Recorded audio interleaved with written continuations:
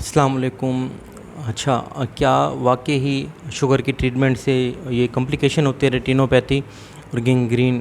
क्या सच में ही इसकी ट्रीटमेंट के बाद ये कॉम्प्लिकेशन होंगी? तो फिर हम ट्रीटमेंट ना लें, क्या करें? अच्छा, ये आप पहले वीडियो नील सुने। लगाई गई या गोलियां खाई गई, उसने आपके खून में जाकर सर्कुलेशन में उस मिठास को कैरी किया, पकड़ा और आपकी पूरी बॉडी के अंदर डिफरेंट जो सेल हैं उन सेल में ले जाकर उसको ठोंस ठोंस के ज़बरदस्ती उसके अंदर भर दिया।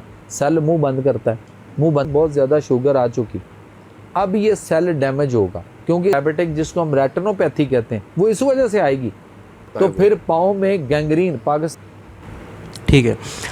अब सबसे पहले मैं आपको ये बताना चाहता हूँ कि एक्चुअली शुगर है क्या। आप डेफिनेशन क्या करते हैं डायबिटीज़ की, इंटरनेशनली डेफिनेशन क्या है, कहीं भी सर्च कर लें। Diabetes is a chronic endocrine disorder characterized by increased blood sugar level due to either decreased insulin production or decreased insulin secretion और increased insulin resistance। तीन चीज़ें बताई हैं मैंने। नंबर 1, प्रोडक्शन कम हो रही है इंसुलिन की। नंबर 2, सिक्रीशन कम हो रही है इंसुलिन की। नंबर 3, रेजिस्टेंस ज़्यादा हो रही है। इसको हम डिफ़ाइन करते हैं, ये डायबिटीज़ है। तो डायबिटीज़ की जो डेफिनेशन है, जिस वजह से हो रही है तो उसी को ही हमने ट्रीट करना है ना। अब आप समझें इंसुलिन वर्क कैसे करती है, ये देखें भी साथ। इंसुलिन जैसे ही हमने खुराक खाई, हमारा ब्लड में शुगर लेवल ज़्यादा हुआ, ब्रेकडाउन हुई खुराक की, वो पूरा मैकेनिज़्म है। उसके बाद ब्लड में ग्लूकोज का लेवल ज़्यादा हुआ तो फीडबैक जाता है पेनक्रियाज को, जहाँ से इंसुलिन बनती है कि आप इंसुलिन बनाएं। वहाँ से इंसुलिन रिलीज़ होती है। इंसुलिन आके फिर कुछ रिसेप्टर पे एक्ट करती है, जो रिसेप्टर हमारे मसल में है, फैट सेल्स में है, लिवर में। ब्लड से वो ग्लूकोज इन सेल में जाता है, वहाँ उसको एनर्जी के तौर पे सेल यूज़ करेगा।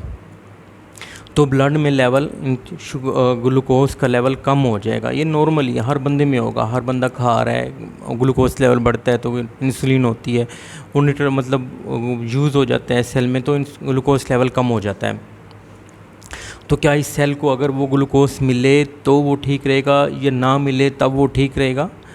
आपको अगर कोई खुराक मिले तो आप ठीक रहेंगे, ना मिले तब आपकी वीकनेस हो जाएगी ना। तो इसको एनर्जी ज़रूरत होती है हर सेल को। अगर अब इंसुलिन नहीं आ रही, हम खा रहे हैं, हमारी मेटाबॉलिज्म चल रहा है, ग्लूकोज बन रही है, आगे सेल में नहीं जा रही, यूटिलाइज नहीं हो रही एज एनर्जी, तो ही ग्लूकोज लेवल ज़्यादा होगा ना। तो जो हमारे पास ड्रग्स हैं वो इन्हीं मैकेनिज़्म पे ही एक्ट करती हैं। जैसे कि कुछ ड्रग्स हैं, पहले मैंने कहा इंसुलिन का जो 3 चीज़ें बताई थी उन्हीं पे, मतलब कुछ ड्रग्स हैं जो कि सेंसिटिविटी ऑफ द इंसुलिन बढ़ा देती है ताकि सेल में ग्लूकोज जाए, नंबर 1। कुछ ऐसी हैं जो ग्लूकोज की प्रोडक्शन को ही कम कर देती हैं, ग्लूकोज हो गई कम, नंबर 2। नंबर 3 क्या है, कुछ ऐसी हैं जो कि ग्लूकोज की रीअब्जॉर्प्शन को कम कर देती हैं। ग्लूकोज रीअब्जॉर्ब नहीं होगा, कम रहेगा, तो ग्लूकोज का लेवल कम रहेगा। कुछ ड्रग ऐसी हैं जिससे गैस्ट्रिक एम्प्टिंग कम होगी, फूड आगे कम जाएगी, मेटाबॉलिज्म कम होगा, ग्लूकोज का लेवल वैसे ही कम होगा। कुछ ड्रग्स ऐसी हैं जो कि इंसुलिन की सिक्रीशन ज़्यादा करती हैं। अब इन दोनों मैकेनिज़्म को और डेफिनेशन को साथ जहन में रखते हुए बताएं कि ड्रग्स सही काम कर रही हैं या उन साहब के मुताबिक ड्रग्स गलत काम कर रही हैं। जब ये असर इस तरह ड्रग्स असर करेंगी तो ब्लड में ग्लूकोज का लेवल कम होगा, आपकी शुगर कंट्रोल रहेगी। हाँ, अगर नहीं कंट्रोल रहती तो फिर इसकी दो टाइप की कॉम्प्लिकेशन है, एक माइक्रोवस्कुलर, एक मैक्रोवस्कुलर। जो माइक्रोवस्कुलर है उसमें हमारे पास आ जाती हैं रेटिनोपैथी, नेफ्रोपैथी, न्यूरोपैथी।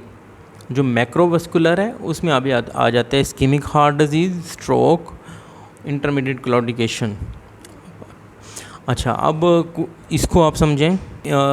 जनाब ने, जमील साहब ने 2 चीज़ों का कहा था कि जब आप ट्रीटमेंट लेंगे तो ये 2 चीज़ें हो जाएंगी, रेटिनोपैथी और गैंग्रीन।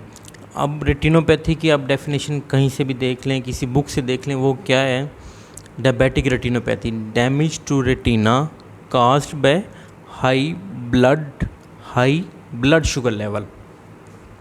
होता क्या है, इसको स्टेप बाय स्टेप आप देखें भी सही, जहाँ मैं आपको स्क्रीन पर दिखा रहा हूँ। क्या होता है, जब ब्लड लेवल ज़्यादा होता है शुगर का, ब्लड ग्लूकोज लेवल ज़्यादा होगा, वो जाके ब्लड वेसल्स को डैमेज करेंगी, जिससे लीकेज होगी, फ्लूइड लीक होगा बाहर, ब्लीडिंग होगी, आगे ब्लड नहीं जा रहा, ब्लीडिंग हो रही है। दूसरा, ब्लॉकेज हो जाएगी वेसल्स में, आगे ब्लड नहीं जाएगा। जब ब्लड नहीं जाएगा तो आगे इस्कीमिया हो जाएगा, इस्कीमिया होगा, फीडबैक आएगा, न्यू वेसल बने। न्यू वेसल्स जब बनेगी वो उतनी मजबूत नहीं होंगी जितनी पहले थी, न्यू वस्कुलाइजेशन इसको कहते हैं। जब ये न्यू बनेगी ये भी फ्लेजाइल होंगी और ये भी मजबूत नहीं होंगी, तो इससे और लीकेज होगा, इस तरह आगे इस्कीमिया हो जाएगा, ब्लड पूरा नहीं जा सकेगा, जिसकी वजह से रेटिनोपैथी होगी। दूसरी इन्होंने कॉम्प्लिकेशन जो इन्होंने जिक्र किया था वो था गिनग्रीन। दूसरा इन्होंने कहा था डायबिटिक गिनग्रीन, डायबिटिक फुट, वो किस तरह होता है, वो इस तरह है। उसकी भी डेफिनेशन आप किसी जगह से देख लें, आप खुद भी देख लें, गूगल और बुक्स, आजकल बहुत ही इंटरनेट का दौर है तो हर किसी को अवेलेबल है, हर किसी के सेस है इस नॉलेज तक। डायबिटीज़ वैसे गिनग्रीन कैसे होती है? Gangrene is defined as death of the body tissue specially toes or finger due to increase blood sugar level which cause the decrease blood supply। अब होता किस तरह, ये जो हमारी हाई ब्लड शुगर लेवल है वो दो तरह से अफेक्ट करती हैं। नंबर 1, नर्व को डैमेज करेगी, आपकी नर्व डैमेज होगी जो कि पैगाम लेके जा रही है आपके ब्रेन तक। अगर आपका पाँव किसी भी नुकीली चीज़ पे आता है, नीचे ज़ख़म हो रहा है, आप डैमेज होगी तो पैगाम आपका ब्रेन तक नहीं जाएगा, वो आप पाँव रखे रहेंगे, वो डैमेज होता रहेगा, ज़ख़म बढ़ जाएगा, इन्फेक्शन हो जाएगा। नंबर 2, वही ब्लड वेसल को आगे ब्लॉकेज होगी, ब्लड आगे नहीं जाएगा तो इस्कीमिया हो जाएगा। जब poor blood flow, number 2, sensation कम होगी, जिसकी वजह से ये गिनग्रीन होती है, इन्फेक्शन होगा, टिश्यू डेड हो जाएगा। इन दोनों मैकेनिज़्म को आप गौर से देखें, आप पढ़ भी लें किसी जगह से, इसमें कहीं लिखा हुआ है क्या ब्लड ग्लूकोज कंट्रोल करने से इनमें से कहीं भी अफेक्ट है, इनके मैकेनिज़्म में कहीं भी हिस्सा है ब्लड ग्लूकोज कंट्रोल होने के बाद ये होते हैं? मेरा मकसद किसी पे तंज करना नहीं है, बिल्कुल। मैं शायद ना बनाता वीडियो, बहुत सारे दोस्तों ने मुझे ये वीडियो भेजी जो मैंने आपको पहले दिखाई कि डॉक्टर साहब ये देखें, ये क्या सच है, तो इसलिए मैंने बनाई। हाँ, आप अपनी फील्ड में रह के ट्रीटमेंट करें, लेकिन खुदारा जिस चीज़ का नॉलेज नहीं है उसको इस तरह शरेआम इस तरह मीडिया पे बैठ के ना बयान करें।